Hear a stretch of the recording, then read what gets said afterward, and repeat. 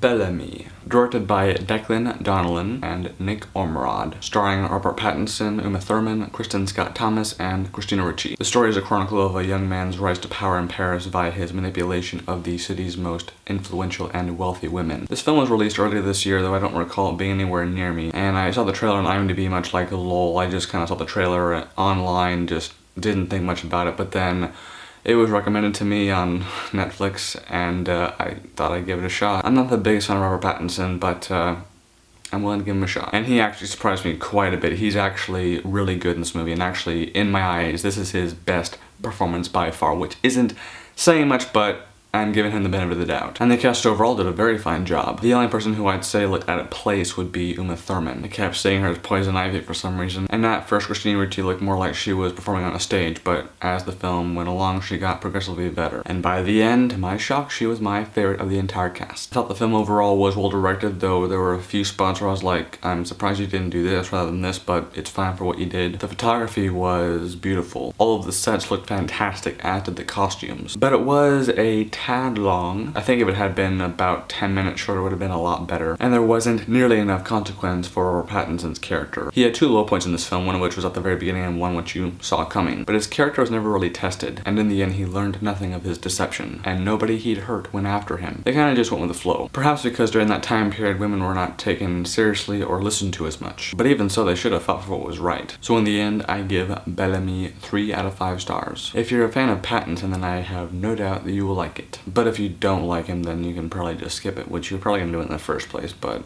just confirming. Thanks for always watching, guys, and I will see you soon.